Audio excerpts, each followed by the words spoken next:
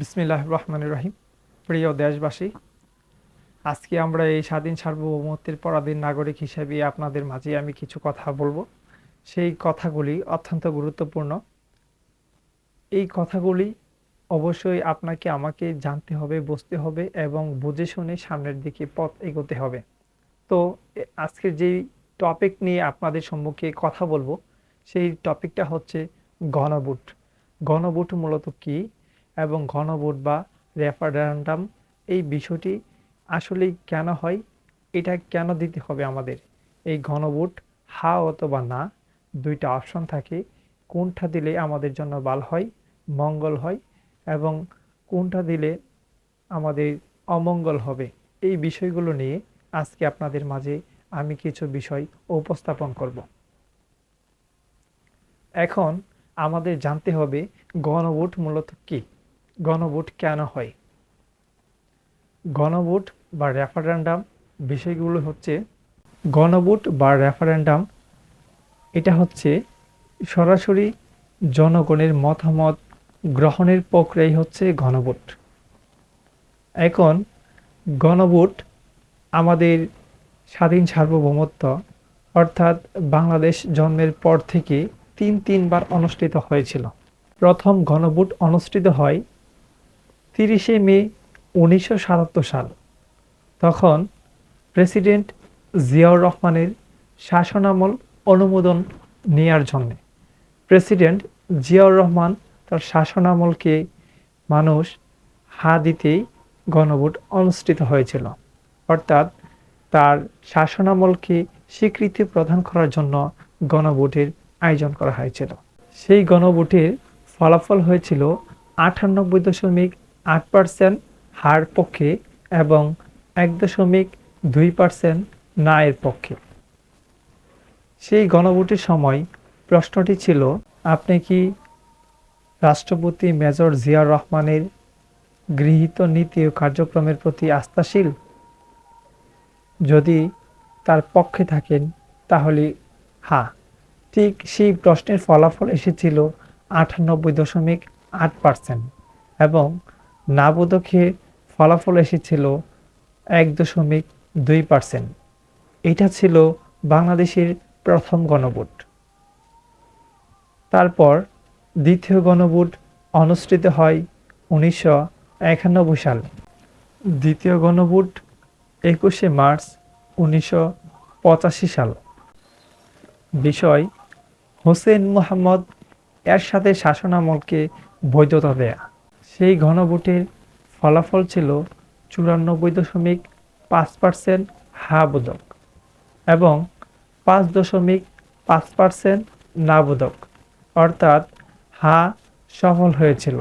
প্রশ্ন, আপনি কি হোসেন মোহাম্মদ এরশাদের শাসননীতি সমর্থন করেন এবং আপনি কি চান একটি জাতীয় নির্বাচনের মাধ্যমে সরকারের নিকট ক্ষমতা হস্তান্তরের পূর্ব পর্যন্ত হোসেন মোহাম্মদ এরশাদের তার প্রশাসনিক কার্যক্রম পরিচালনার মাধ্যমে নির্বাচিত সরকারের কাছে তার ক্ষমতা হস্তান্তর করুক? এখন আসুন, তৃতীয় গণভোটের যখন আয়োজন করা হয়, সেই গণভোট অনুষ্ঠিত হয়েছিল 15 সেপ্টেম্বর 1991 সাল। বিষয় ছিল, দ্বাদশ সংশোধনী আইন রাষ্ট্রপতি অনুমোদন করবে কি না। সেই ফলাফল এসেছিল 84.38% হা বোধক এবং না বোধক 15.62% এবং রাষ্ট্রপতি শাসিত পদ্ধতি থেকে সংসদীয় পদ্ধতি ব্যবস্থা চালু হয়। এই গণভোট দেশে তিনবার অনুষ্ঠিত হলেও গণভোটের প্রচলন আরও পুরনো। তার কারণ, আমরা যদি উদ্ঘাটন করতে চাই তাহলে আমরা ইতিহাস থেকে দেখতে পারি যে 1947 সালে যখন দেশ বিভক্ত হয়েছিল, তখন সিলেটকে নিয়ে একটি গণভোটের আয়োজন করা হয়েছিল। তখন সিলেট 1947-এর পূর্বে ভারতের সাথে থাকবে কি না পাকিস্তানের সাথে চলে আসবে, এই বিষয়টি নিয়ে যখন গণভোট অনুষ্ঠিত হয়েছিল, তখন 6 থেকে 7 জুলাই 1947-এর সময় সিলেট পাকিস্তানের পক্ষে থাকার জন্য হা ভোটে জয়যুক্ত হয়। তাই সিলেটকে আমাদের ভূখণ্ডে আমরা ফেরত পেয়েছিলাম। প্রিয় দেশবাসী, আপনাদের কাছে কিছু বিষয় উল্লেখ করতে চাই। সেই বিষয়গুলি হচ্ছে,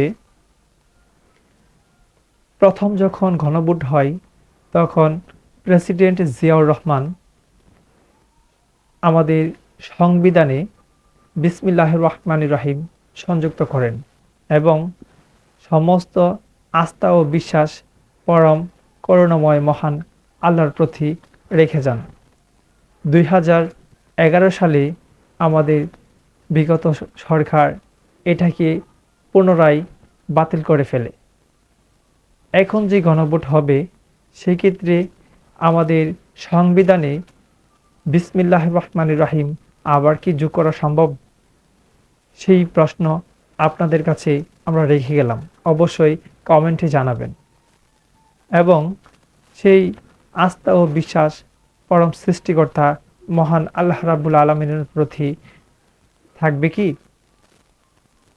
প্রিয় দেশবাসী, আপনাদের কাছে আরেকটি কথা হচ্ছে,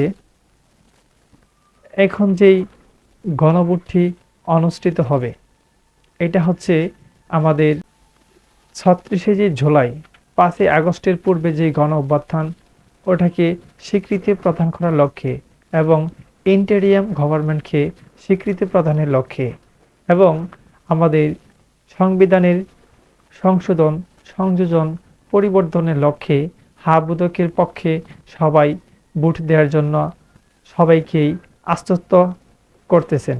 আমরা যদি হা ভোট দিয়ে জয়যুক্ত করি সেই ক্ষেত্রে আমাদের ধর্মীয় দৃষ্টিকোণ থেকে কতটুকু গ্রহণযোগ্যতা পাবে, নাকি আমাদের ধর্মীয় দৃষ্টিকোণ থেকে আমাদের ধর্মের সাথে সাংঘর্ষিক হবে? প্রিয় দেশবাসী, আশা করি আমার যথার্থ প্রশ্নের উত্তর আপনাদের মাধ্যমে আমরা কমেন্টে অবশ্যই পেয়ে যাব ইনশাল্লাহ।